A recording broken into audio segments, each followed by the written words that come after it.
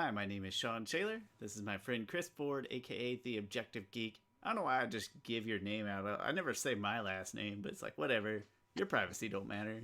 This is Jeez, my friend. I'm off the grid, Sean. Come on. this, is, The f- this is my this is my friend Chris Forensics, and this is Avatar: The Last Podcasters. We're very excited to bring you Book 3, Fire, Episode 2. Well, I'm very excited. Everybody's very excited for Book 3, of course, because they're coming on the end. But then we also, today, we have like some actual real news. And sometimes it feels like we will go a month in between news. Not just news like the things that we do in our latest videos, but like actual news. And that's pretty exciting. Sometimes we go a long time in between actual news and stuff. But before we get to that, of course, Chris, how are you, my friend? How's it going? I am doing fine. Everything's going fine. Lately, I've been spent a lot of time working on my cosplay as Static again for Planet Comic Con. That is honestly 2 months away, but I am prepared. Well, I mean that stuff Um, takes a long time, and you like have a job and a family and stuff, so it's fine yeah. to get a jump start. The thing is, I pushed off on other things that I haven't been focused so much on my static mosaic piece. I've been really just entrenched in static and other milestone things. Because now I bought a bunch of comic books. I went to like Kansas City last weekend, or maybe the weekend before, and went to like 3 different vintage stocks because they had sales. Do And I the loaded up what's on it a like, bunch buy of two get comics. two or something like that? No, it was buy one get one free. Excellent. Um, That's and like marvelous. of the old dollar ones, and I knew they had a bunch of milestone ones. So I just got a huge stack of comics I really want to read right now of with static in it and everything. But so lots of static, aka Static Shock, has been on my mind recently. And geek wise, that's been pretty much it. I've been playing a lot of Legend of Zelda. By the time our next episode comes, or our next episode comes, I probably would have already beaten Twilight Princess with my daughter. So Excellent. I couldn't yeah, yeah. honestly when we like talked about that one again. I couldn't remember if you liked it initially or not, but I thought you had. I thought it was Yes. we. Twilight Princess is probably my before Breath of the Wild. It was my second favorite Legend of Zelda game.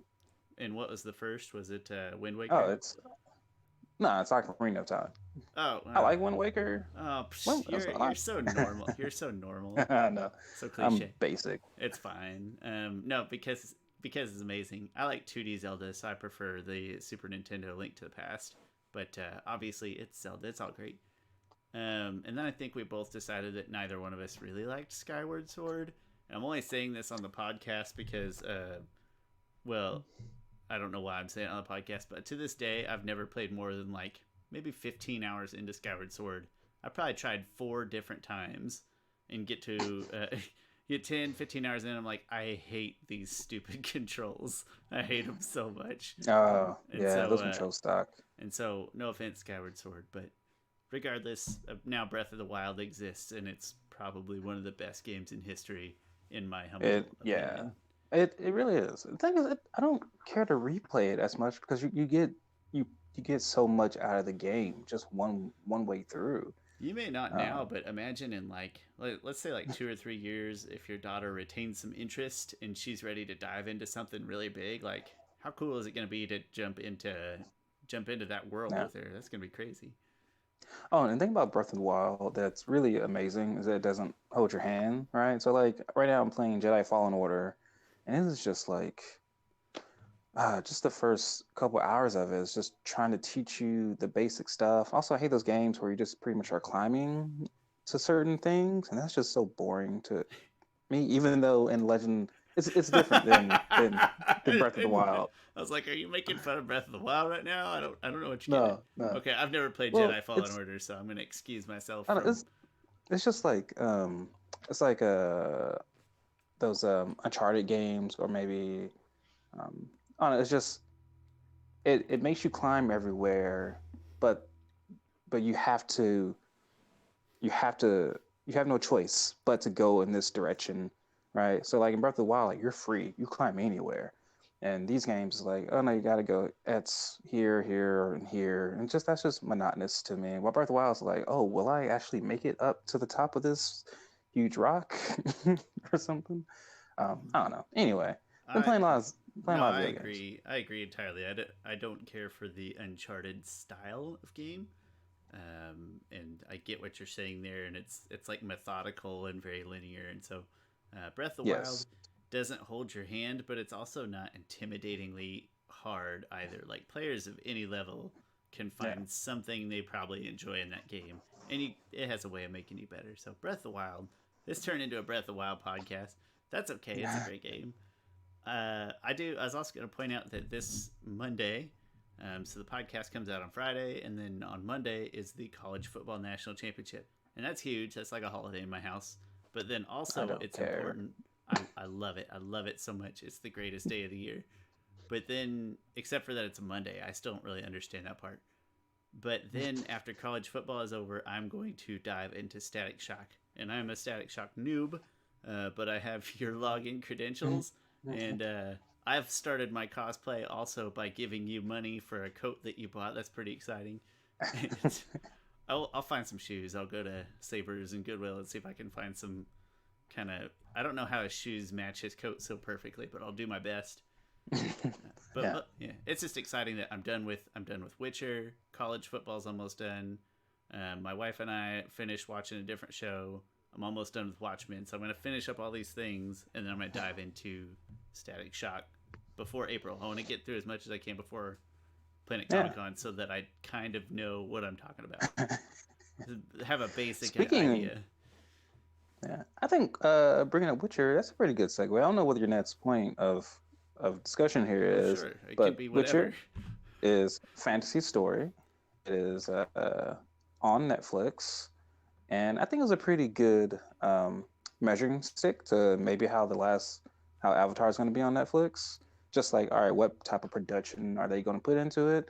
And I thought the production was fairly good on The Witcher. Of course, I think HBO stuff is a lot better, Okay, but thank you. I Oh my lord, thank you. We have nerd friends. I love The Witcher. I love the game. Well, I say the game, only the one I played, which is 3, and I love the TV series. It kept me entertained from start to finish. yeah, People keep comparing it to Game of Thrones. I'm like, why? Because people die and there's sex and dragons. Because it's that's it. And the production values of HBO stuff is way better. I don't know about the story, sure, whatever, but we as we've seen, stories can start really good and then a few seasons in can get really bad. But like people keep comparing it to Game of Thrones. I I'm like, think I no, think stop it. people. I'm gonna be honest. Game of Thrones is leaps and bounds better than The Witcher, and I enjoyed The Witcher. Yes. I enjoyed it, but I had so many issues with it. I enjoyed it despite those issues. Game of Thrones, the first whatever amount of seasons Four, were, they were all four. amazing. There were I think they're all 4. pretty I mean, I amazing. like it all too. I'm not one of those people that's that upset by the end. And Yeah. Well, it should be even noted that I even love anything with dragons in it. I immediately love so, and I love The Witcher. I can't say that enough. But it is not to the level of quality yeah, at all that Game of Thrones not is, not and we on cannot not judge the on story yet. music, not on acting, None not of it. on story, not on direction. The thing is, I did really enjoy The Witcher, but Me too. it's just not to the point. And I think maybe people just have some recency bias because people are still really hurt over how Game of Thrones ended, and I think there are some valid criticism to the last season of Game of Thrones. Sure. But I still think it was a good season, Yeah. especially the first half of the season. Um, I mean, I do think some character arcs were rushed, but if we're talking about rushed here, The Witcher It rushed through a it whole throws you into the bunch of damn stuff. ocean. Yeah, it's crazy. Yeah. And I just can't point out enough that like I don't think the first season's story of The Witcher is that good. I think the story of The Witcher is going to get better because I have an idea where it's Of going. course. I Yeah. feel like it's going to get better. But the story in the first season is nothing compared to the story we got in the first season of Game of Thrones. Like, and it could go in the toilet. It could go in the toilet at any time, just like any TV show could. So it's like, Mm. I'm tired of the comparisons. It's a it's a great Netflix show.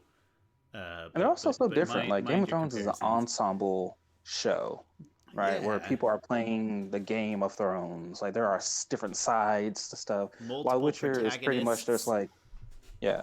Witcher, there's pretty much two antagonists. I mean, two protagonists. There is the Witcher, Geralt of River Up, and Rivia. I forgot her name. Don't The scare our viewers away.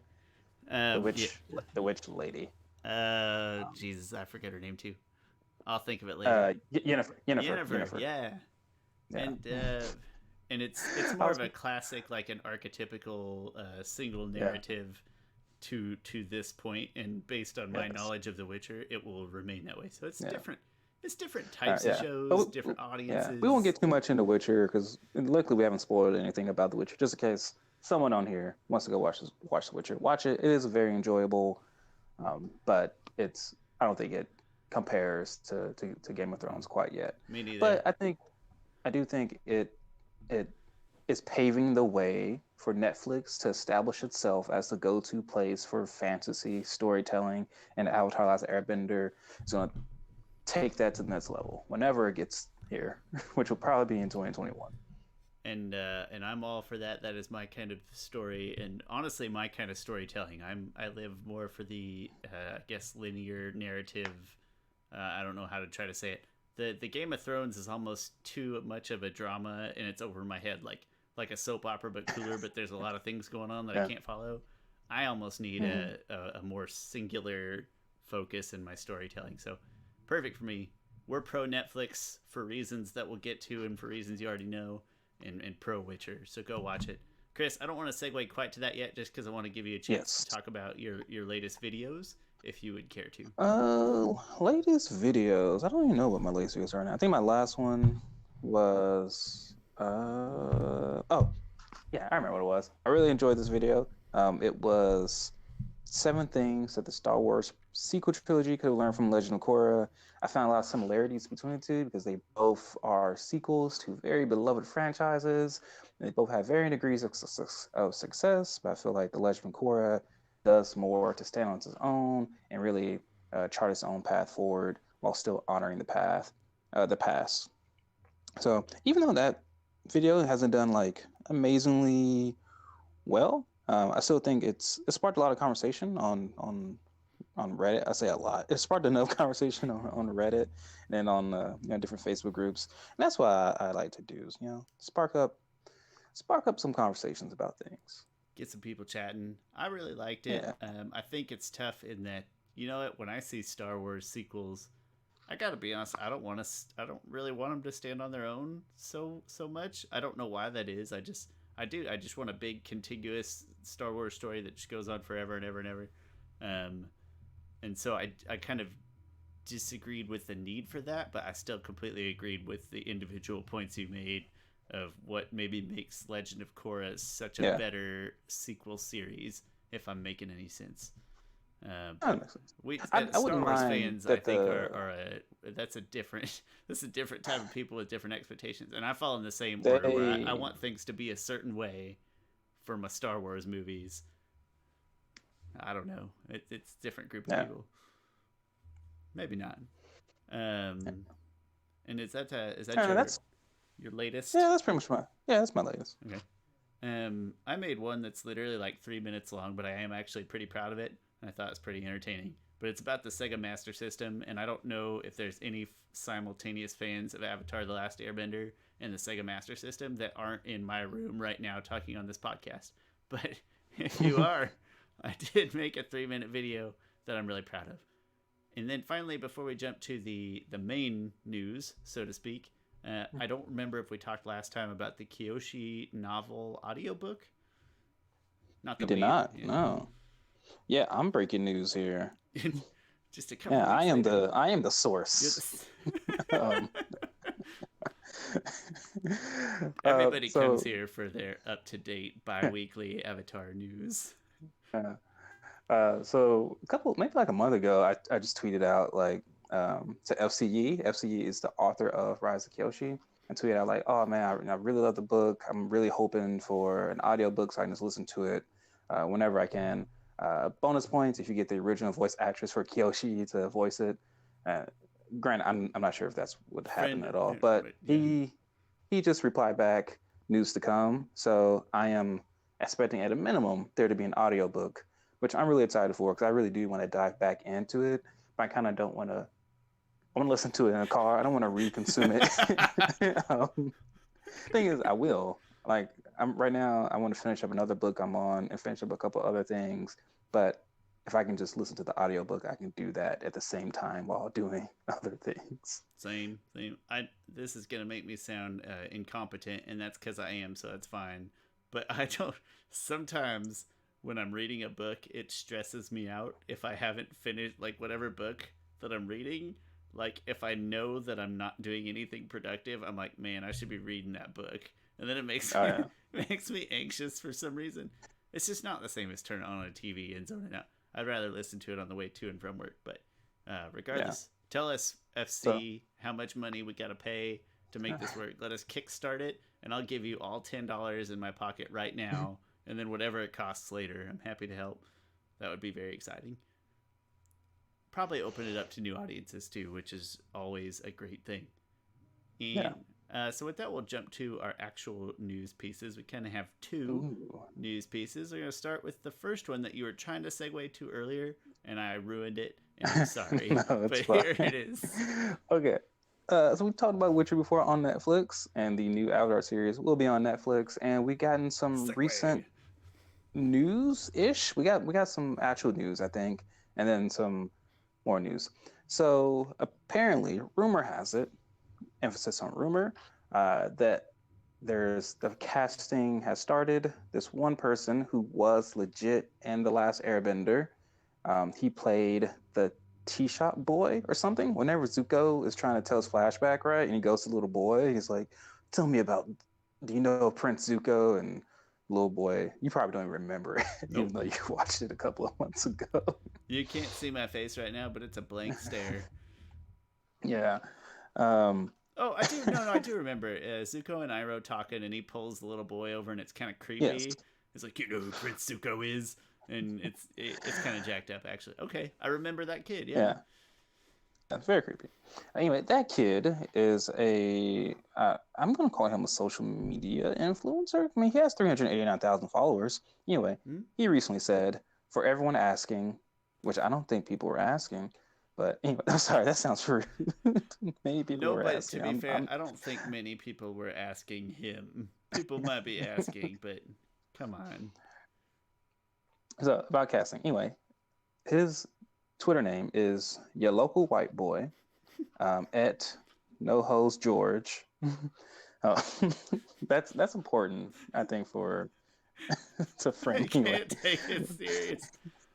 For But everyone asking, yes, I will be playing a role in this series and will do my best to rewrite the wrong I made by playing a role in the previous shitty Last Airbender movie in hopes of being forgiven. Wish me luck, George. His name is George Denoto. Now, I would take this with a huge grain of salt because from looking down his Twitter line, he does not seem like that serious of an actor. I don't know if he have that many roles. I did check his IMDb. There wasn't really much there. I just Googled to see if there was a real person named George Denoto in the movie, and I saw enough to see, like, all right, that's a person in a movie. In the movie, like it wasn't existed, but they gotta be asked. Not even a real great way to confirm that this is the same Twitter, the appropriate Twitter account. I think it's safe to assume it is, but who knows? Yeah, It's I think safe it to kind of. assume, It yeah. probably is. I don't think he will lie about his name. I do think he did legit was in the Last Airbender, He probably but also was, I but don't. like, let's step back. You don't think people lie about a name on Twitter? that, um, No, it but I probably mean, is that guy. But yeah. I heard open casting um, hasn't started when at this point that he sent this out yet. So take that with a huge grain of salt. Also take it with a grain of salt because I mean they are casting these roles ethically correct, and if I'm not mistaken, his name is your local white boy. So I'm not sure he will fit in there unless he has a little bit of Asian descent in there, which is weird because I know a slur for that based off of Aziz Ansari stand up. That's our second favorite comedian on this podcast is Aziz Ansari. Yeah. And mutually, we each have different second favorite comedians, but mutually. Yeah. So yeah, I mean, hey, if he had got a role in it, good for him. I'm pretty sure it's not a big role, which I'm not. I don't want to hate or anything. I hope he wish him luck in all his endeavors in life and whatever he wants to do. He has 389,000 followers, so that's some people must Somebody care about his knows opinion. or thinks it's him. Um, but I'm still going to take this a huge grain of salt. And people might ask, like, oh, well, why would he lie about this? Well, because that gets him attention, because it gets people talking about him and Googling him. Like, I did start to Google him. I Googled The Last Airbender and I started with his name, and it did. Mine populated as well, yeah. Yeah. And so, hey, good for him, even if this is just a marketing ploy. Yeah. But I figured we should address it and why would yeah. they? Why would they? It seems unusual that small parts would be cast before large ones. They're usually not. I think that would be unusual. So regardless. Yeah. But did you say right before we started that you had another piece of casting news? Yes. More important piece, more concrete, I think, even though the source isn't like a very famous source. But according to an actual website here called Night Edge Media, and they actually do some news and stuff, it says that open casting has begun for Aang and Netflix's Avatar Last Airbender. So that is exciting just to see that this is, the ball is getting a rolling. Yeah, I mean, because it's been a while since this has been announced. Like my casting video, which is honestly a little dated now, is all those characters are now too old to play. Yeah. That was a year ago that I put that out there. That's kind of crazy. And I think I might have made that maybe 2 months after the announcement. So they're taking their sweet time. How many podcasts have we done? Because we talked about it on the podcast. That's true. I don't know. I have to see.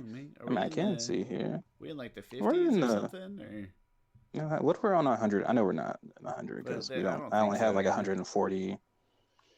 Okay, Avatar: The Last Podcasters has 43 videos, so we've done about 43. I think that's a little less than I thought, but I mean, obviously, it's a believable number, but a little less than I thought. Yeah.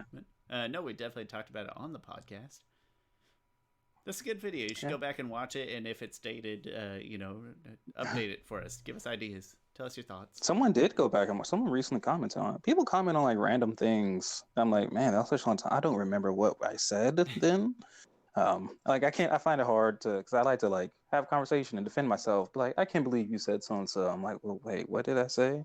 Now let me go back and watch my own video. Let me go back and see what I did in 2018. Yeah. It's funny that like I don't have a great means to capture video, and on my computer. So if I want to capture gameplay footage, if it's not something I can emulate on the computer, I will go to YouTube and I'll try to find a video of like these old retro like PlayStation, Saturn, PS2 games, and I'll have to try to find the most recent one. Like, all right, who's gonna respond the soonest and give me permission to use their footage? And so I'll be commenting on videos that are like 1 and 2 years old, and somebody will be like, "You sure you want to use this?" So like, yeah, it's better than. That's hilarious. But it's kind of fun and get to comment on videos that like nobody's commented on in like multiple months, and that's kind of funny to me. But well, that's exciting news. Again, it's one of those cases where it's not maybe quote unquote big, but any news is a positive, I think. So I will happily take it. All right, and other news of Avatar, there is rumors of a mobile game, kind of in the vein of Pokemon Go and what is the Harry Potter one called? Wizards Unite. Yeah, I've played both of those. I played Pokemon Go for a while, for a couple months. That was kind of fun. Wizards Unite, I never understood it. I never got it. I did not like Wizards Unite at all. I thought it was an assault on my phone. It's like it was a nice idea, but the reason Pokemon Go worked is because it was like such a like a relatable concept in a real world. Yeah, Like it was it's like you gotta catch them all. You can actually start catching the Pokemon and you just and go and walk you around catch and stuff. them and you walk, and in the show there's a lot of walking around and catching like it just pulls into the Yeah. real. That's why it worked and why it was sort of charming. Yes. I won't say it first. It's still, people to this day still enjoying it, and I know people are enjoying Wizards Unite too. I would argue that people enjoy Wizards Unite for the same and only reason that I would be interested in this is on the off chance that there's more like just like tidbits of canon in there, any kind. Hmm. It doesn't always happen. But in Harry Potter, that stuff is taken to be canon, and it added stuff to the story. And I think that's why people played it initially, and now you don't hear anything about it. Like, we got what we needed. I didn't even get that far. I have a hard time seeing this translating all that well or being all that popular, to be honest. But that, just an opinion. I hope it does well. I hope it does great. Yeah. So there is a link. There's a video you can watch of it. It's like a minute-long video. Also, shout out to viewer Uni Space Corn, or just Uni Corn, who brought it to my attention. And also, sorry, I don't know, and I don't want to assume. Comments on a lot of our video or my videos or our videos. So thanks to that person. As for, I don't know if it's real or not, or maybe it's a really old thing, or maybe someone just something that someone put together. I mean, it seems like a lot of work for someone just to put together on the fly. It seems pretty well done for something put Yeah. together. But then when I Googled it, I couldn't find any other information on it. So maybe it was something that was like proposed at one In time development. and ditched, and now this kind of lingering pieces or whatever. There's a chance it's real. There's a chance it was going to be real and already got scrapped at some point, and this is like just lingering things getting out. But I don't think I don't think it never existed, because I think that looks like it would have taken a lot of effort. But people do crazy stuff, so maybe not. I saw a couple of different comments about this. Someone said like, "This definitely isn't real. Azula got owned by Michael." Yeah, I wasn't real thrilled with the gameplay. It's like Azula's shooting like blue lightning, and it's just like, hey, hold this to block it with a rock. I'm like, that's not how it's gonna work. I mean, I don't know. I would definitely play it. If it happened, I would definitely download it, consume it, because I will consume anything Avatar at this point. Honestly, it's really weird. I'm not gonna talk trash, because I still downloaded Wizards Unite and played it for a few minutes, and like I will consume it even if it's bad. I'm not sure if it will be a real thing, just in the sense I couldn't find any other recent news or information about an Avatar game, but it could be timing up with the Netflix show. I don't know, but if it comes, I'll try it. I probably won't like it, but I will hunt for canon. That's the part that interests me. I will hunt for canon, for tidbits in this game, whether intentional or otherwise, because that's always fun. May it be real, and may it succeed. I think that's all the news and stuff we have in this episode, which is fine. I make it sound like we're cutting it short, like we're already 30 minutes in, but we had actual news this time. That's pretty exciting. Let's go ahead and get to the episode. I think if you are ready, I am certainly ready. This is Book 3, Episode 3. That means it's episode 43 overall, if you're counting. Is it our episode 43 and episode 43 of this? That's kind of crazy. And it is I have no clue. Me neither. You got a kid sneaking around or what? Nah. All right, so Book 3, Fire, Episode 3, The Headband. Starts off, Aang is a truant. A truant. Truancy. You're late to school. I went to private school. Oh. We committed truancy. Okay. We weren't late. We committed truancy when we were late. So I have no idea what you're talking about. Yeah, maybe it's just a private school thing. I think they say it in the episode though, don't they? Don't they say truancy or something like that? Maybe not. I could be wrong. I think you're projecting. I'm projecting my private school image on Aang's upbringing. Yeah. Sorry, Aang. So, Team Avatar is in the Fire Nation. Instead of just hiding out in caves and becoming cave people like Sokka think they have to do, they decide to blend in, steal some Fire Nation clothes, I do love how Aang is first like, hey, this belongs to people, and Katara immediately like, I call the blouse or whatever. um, I think those two really balance each other out. Sometimes they bring out because they both can be sort of high up on a pedestal sometimes, or too good tissue, but they also both can have a little bit of a edge or mischievousness to them. Really interesting. And then I Bring think out the about it best because and sometimes the worst. Is a balance. That's like yeah, marriage. yeah, That's fine. yeah, that's true. Aang mistakenly dresses up in a school uniform, and he gets put into school. And this, so I feel like I could just describe this episode in like a couple of sentences. But It's anyway, he gets enrolled in school. He goes to financial school. Um, they say, "Oh, you're from the colonies." It's like, yeah, I do love that he sees a perspective from the Fire Nation that he didn't get before. Sure, he has his friend Kusan, and he does take his friend Kusan's name, and and it's just really interesting to see him in a school setting because really we don't get to see school settings in fantasy shows all that often, especially with our main characters. Like we know people go to school, so it's really cool to see Aang there. it's And almost too then I think normal for Aang. Like it feels out of place because yeah, like him living a normal life. You're like it's kind of weird. yeah, like even if Aang grew up, even if their Airbenders weren't wiped out, they weren't killed, Aang, I don't think their schooling would be the same, right? I feel like they're a little bit more strict. Like and no one's bullying each other, and and I'm pretty sure there's no like girls crushing on or boys crushing on girls, none of that stuff, because they're all separated anyway.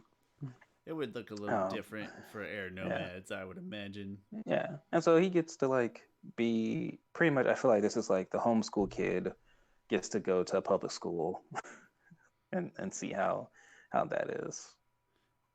I think you said it best. Like you described this episode in 2 sentences. That's because a big chunk of the episode is this sort of scene of him in school and describing things that they do in the colonies that he's kind of just making up off the top of his head from his own experiences. And that's like Yeah, half the episode, and then the other episode is the other half is that next bullet. yeah. I would say there's my favorite part in his time in school is is the history teacher is saying like, someone tell me, when did Fire Lord um, Sozin attack the Air Nation army? And then Aang raises his hands like, "Is this a trick question? The Air Nomads didn't have a formalized army. Like, that thought is really interesting A lot of because implications behind it. yeah, because I mean the Victors write the history books, and they wrote it as the Air Nomads had an army. Having Talking about an army going up against another army sounds like, oh, things we weren't trying to rule everybody. Like it's just one army versus another army. No, it was an army It's like a mutual act of versus self defense if there's multiple armies. yeah. No, this was an army slaughtering innocent innocent nomads. Like and also they don't talk about like, oh, they don't get into specifics like when did the Fire Nation kill every single last person and the Air Nomads, kids, women, children, old people, everyone. And it's funny, Um, like you're talking about having an army over here on one side, and on the other side, you got some old, quiet, peaceful people who throw pies. So yeah, this great balance. Great balance. the monk Yatso definitely killed some people. All right, like when I Aang never goes and thought sees about his it, but I guess he had to, probably, yeah. I never really yeah, considered like it, but yeah. there are Fire Nation soldier remains there. He definitely killed some Oh, people. I just assumed they were klutzy. No, I never thought about it, but it Right. makes sense. It's so it's my favorite part is I was gonna say, but then your part makes way more sense. It's way deeper. But of course, my favorite part is like this is a picture of Fire Lord Ozai, and here's one made out of macaroni. That is very nice. It's very nice. Oh But yeah, then you we said yours, are and that made mine feel stupid. no, we are missing Aang's parents. So Aang gets in a fight with with one of the students there. This Yeah, episode is kind of that is not funny. a It's fight. very That is like, a yeah, it's not a fight. I like how I forget his name. He comes up to I him, do comes too. up to Aang. He's like, "You talking to my girl?" And then he's like, "Oh, you must be one of those cool kids I hear about, or something like that." I just love Aang. He's trying so And hard to be then normal. yeah, it's not a fight. Aang just the guy just Aang just outmaneuvers him, and then he ends up falling. And Well, then it's like a so nice representation of like two armies going against each other. It's like, no, it was one guy being an aggressor and probably other guys trying hard not to yeah, elicit violence. Like it was a microcosm of the earlier statement. that does remind me. So recently, Aang was trending on Twitter, um, and and because one person just put out there like, "Oh, Aang versus Korra, who'd win?" And somehow this reached a lot of different circles of people who I think are casual Avatar fans, and uh, and like I engaged with a lot of people on this because a lot of people said Aang. And I'm like, no, Korra would win. Here's why. One thing these people probably don't know how much research I've done, and not to discredit their opinion about it, but to me, those are like I don't see them talking about Avatar often. Sure, they watch the show maybe once or twice, um, but like even compared to engaging other people in our Facebook groups and stuff like that, like I hold those people much higher regard because I know they know the show. They've watched the show. They are like They have gone it's not out that of those their people aren't way true to fans, but join and they're participate in a fanatics like Facebook I group. am. Yeah, it's funny. I have a Yeah. podcast, and I still consider like not a casual fan, but like I'm like two steps above a casual fan, and then 10 steps later, there's the people in those Facebook groups. Like they know what they're talking about. 10 steps later, 10 steps higher, are like they're invested. So I don't want to hold I don't like toot my own horn here, but I'm I feel like I'm like one of the highest caliber. I'm like a S class Avatar fan to where I feel like I know as much as anybody else besides the creators. And maybe I don't. One thing I feel like I should humble myself because one thing I'm always open to being wrong about stuff, but like I love this show. I've watched combined with this show and Legend of Korra, I've watched it like at least 20 times, 5 of those with commentary on. And so I always find it funny when I like engage other people who I'm pretty sure aren't about that life like I am. Because one person, I feel like I play chess when I get into arguments.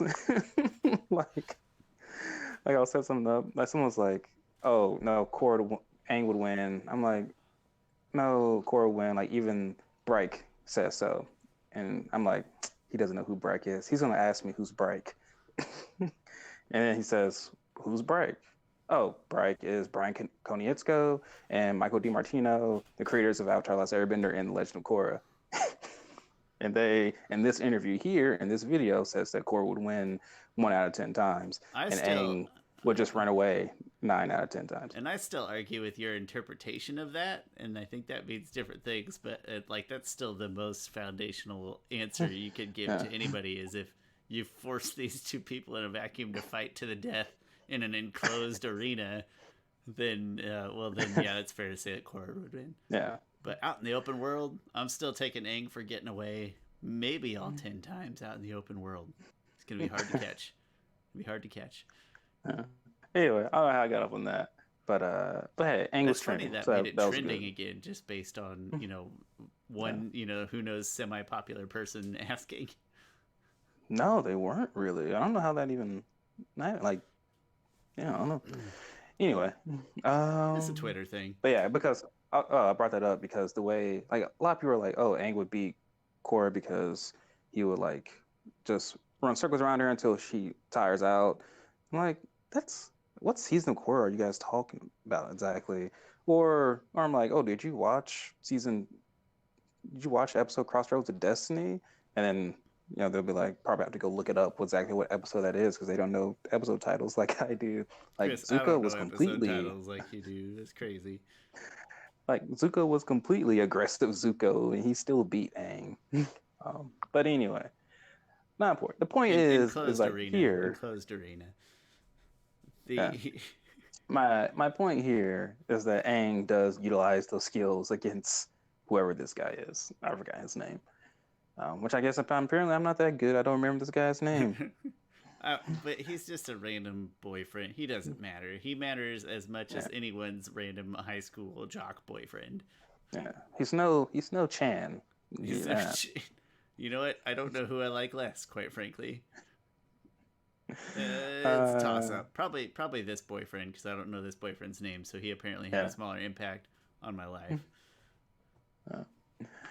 Uh, okay. Anyway, Aang decides. Oh, well, speaking for he went to detention. He had to bring his parents and Katara and Sokka. Well, this whole situation is weird. And Katara and it's probably Sokka not dress up quite as as funny as it feels like it should have been. It's still very entertaining, but I don't know, it kind of left me wanting a little more. It's like that's this should have interesting. been I funnier. I enjoyed don't know. it. It's fine. There's nothing wrong Well, with it. it's funny though because I was listening to like a pretty old podcast interview with Brian and Mike, and they're like, someone asked them about the comedy. They're like, we're not funny people. Like, if we were responsible for writing just a comedy, it would not be funny. We're not good at that. Which the show is really funny though. But they're like, yeah, we cannot do that type of show. Also, we couldn't just do a drama. Like, we need like that type of balance.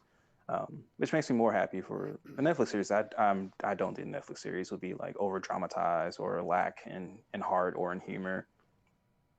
Um, but yeah, because maybe the situation doesn't hit for you because it is more of a like it is more of a stick going on. Like it's a setup joke. It's not like people being situationally funny. It's like no, they're there. I can see how it didn't work Yeah, for you. maybe that's a good way. There's more. There's some setup involved here, and it's not. I'm a stand-up comedy guy first and foremost. I like witty stand-up, or well, it's probably not even witty, but you're probably right.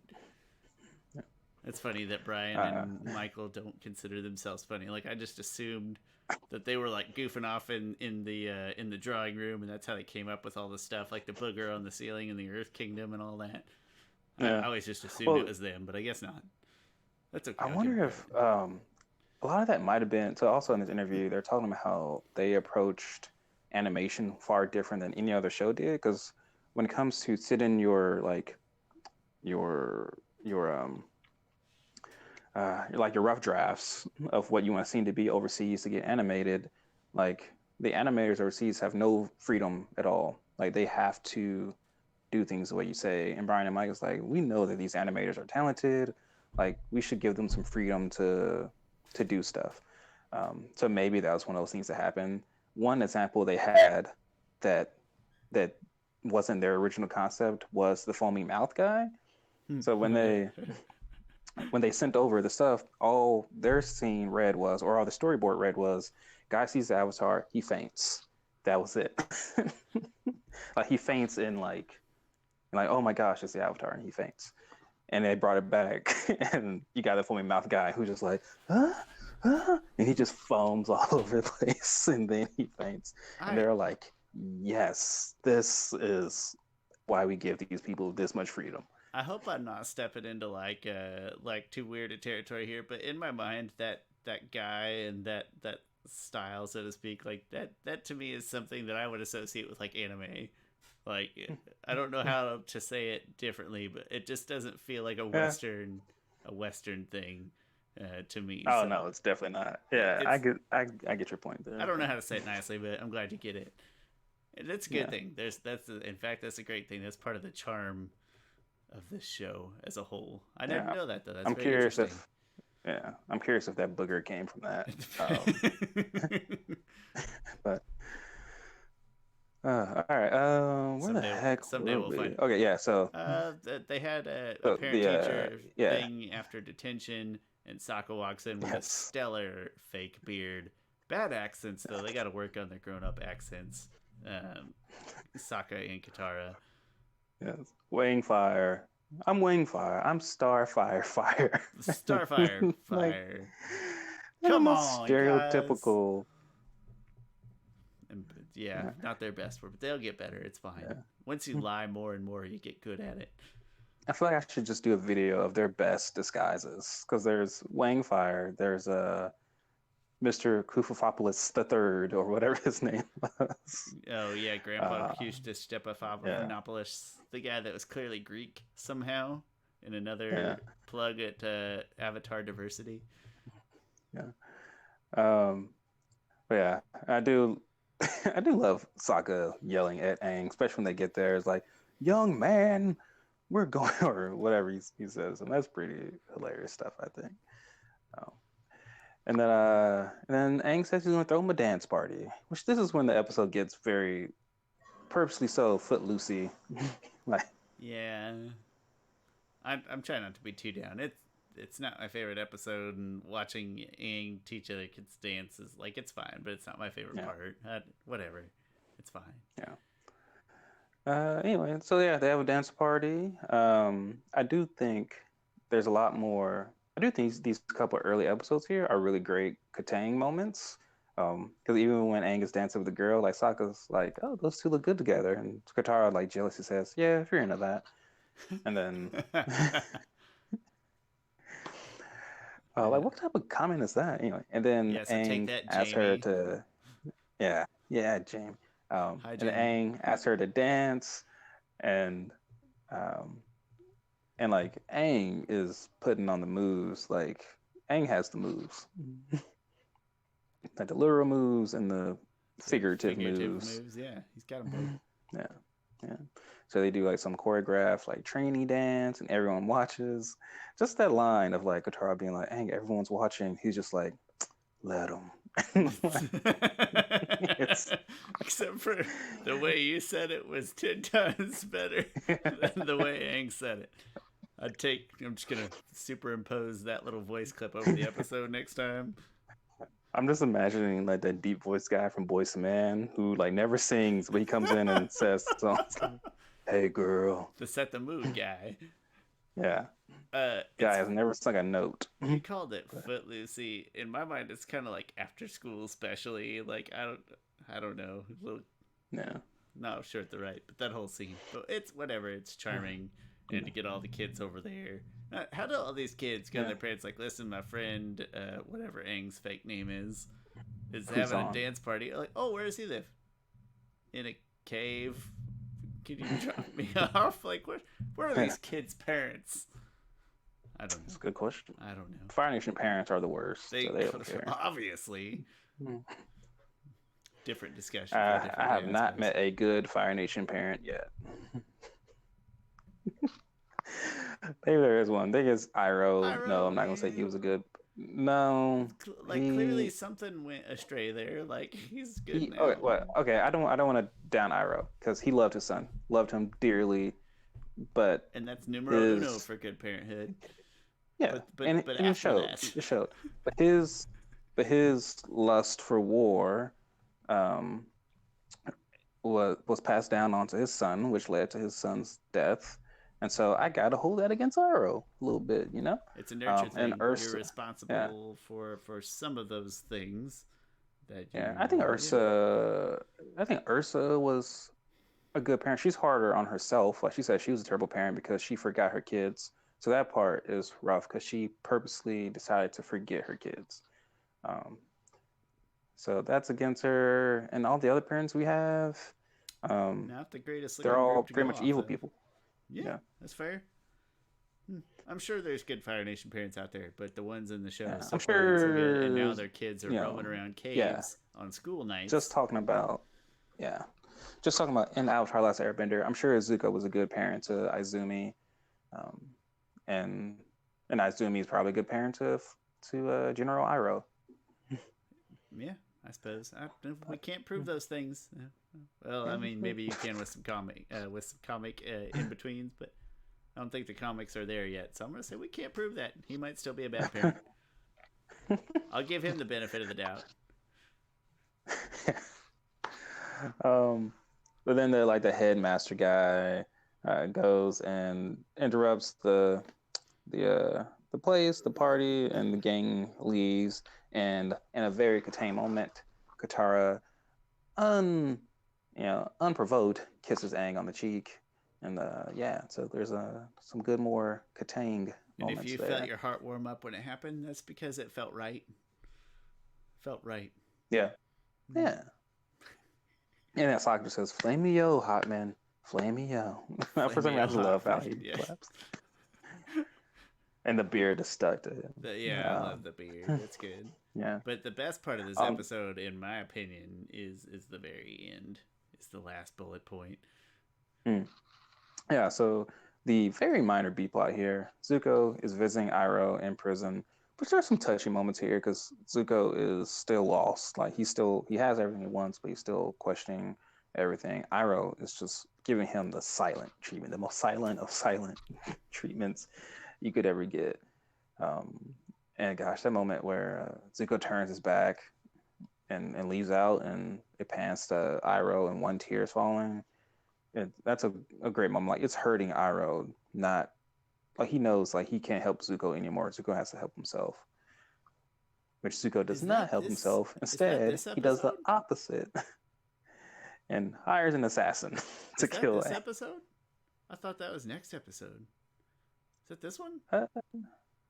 Yeah, I think so. You got Sparky Boom Man there. But it's just at the very, very end.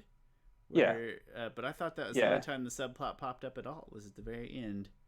And we just, like, we haven't seen Zuko at all. And then we see Sparky Boom Man. Nah, because he hires him after he gets done talking to Iroh.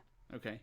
I watched the first whole disc, which I think is, I don't know, it's like 7 episodes. I watched them all together, which is great because I love binging, as does everybody. But I'm not very good at separating the episodes in my brain. So not always a good strategy.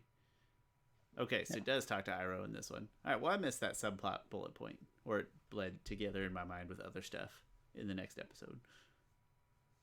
But yeah, we got to meet Sparky Boom Man and his Darth Vader hand.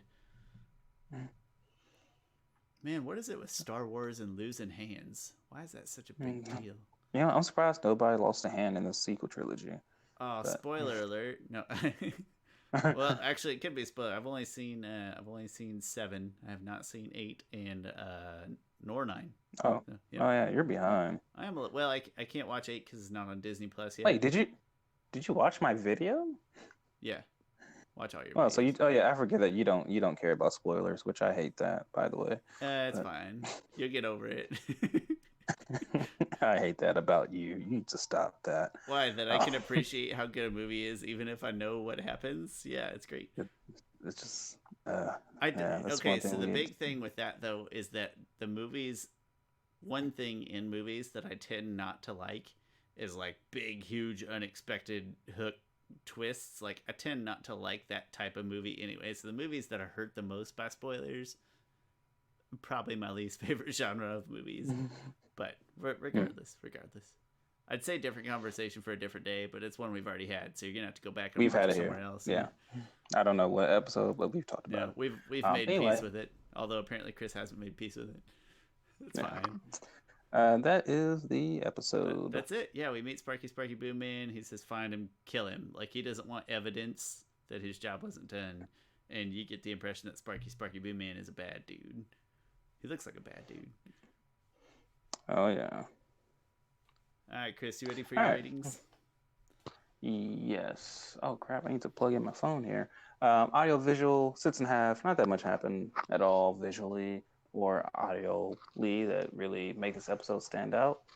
So, story, this is like probably the most fillerish of the filler episodes, besides Sparky Boom Man being sent after the gang. So that gets a 7. Memorable. I could not watch this episode and be perfectly fine with it, honestly. Memorable, I gave a click to the nets thing. I don't remember exactly. 7. I thought I had clicked to it. Yeah. So 6.8. That's rough. That's on the lower end of it's on the lower end of all time. Not the lowest, but it's on the lower end of that. That's pretty crazy. But to be fair, I didn't really like it either. So audiovisual 6.5, same. You get a little dance music, but it's not even that good of dance music. There's not really much of a story here at all. 6.5. Memorable, I do remember it because I like Sparky Boom Man, and the macaroni scene always pops up in my mind. But still, that's not a lot. So 7.5, 6.8. that gets. Oh no, I forgot to change the average score. So it was, well, obviously it's a 6.8 because we both gave it 6.8, which is kind of neat. I like it when that happens. Oh yeah. Again, it's not that it's a bad episode, but relative to other episodes, it's one that if you're eating or cooking or something while you're watching Avatar, you like do it during this one, and that's fine. Oh yeah. Yeah, that's fine. It's definitely background material. So that's it. It's not that impactful. It's not terrible. Just very little impact, or as I always like to call it, not even a very good self-contained story or anything. But I don't want to trash it too much. There's nothing explicitly wrong with it, I guess. It's a Katang episode. That's all. If I cared a lot more about ships, I'd care more about this episode. I bet hardcore like ship people who are Katang, I bet they point to this one though. That's a good call out on your part. Someone said, I forgot her name. She brought up a good point on why, in our shipping video, why Katang shippers like us aren't as adamant or passionate about the shipping. I mean, it's because it actually came true. So we don't have anything to necessarily. We don't have to be quite as defensive about it, which that might not be a good or a bad thing necessarily. It just that is our defense. Like, it happened. I don't have good defenses for it anyway. My fallback is always just, I like a good happy ending, and that's the happy ending that I would have pictured from the beginning. And that's not a good defense, but it's the one I like in my head. I think that viewer was Amy Lou Curtis. So shout out to Amy Lou Curtis. I believe that was her that said that. Oh yeah, she says, generally Katang is my ship. Maybe it is because I have a healthy... Oh wait, no, that's not a statement. But thank you, Amy, for your comment also. Yes. No, I do think it was her. I just can't find it. She wrote a pretty long thing that I read. But Oh, well, thank you for that. We appreciate it. Yeah. There's just not as much to defend, whereas it's like, well, the ship happened. People have to, Zutara people have to probably be much more thorough and decisive. Yeah, in their also they're more disappointed. So anyway. Again, I'd say different topic for a different day, but just go watch the previous episode from 2 weeks ago, which, by the way, was probably one of the more fun ones that I think we've recorded. I don't know about better, but just one of the most fun I've had during the recording. So you should go watch that one if you haven't already. In the meantime, I don't think we have much else to say here on this one, but we hope you got something out of the news and or the episode anyway. Thank you very much for joining us, as always. My name is Shawn. This is Chris, a.k.a. The Objective Geek. Don't worry about what his last name is. It ain't important. We will talk to you next week. We'll be back next week with episode... Chris Chevy.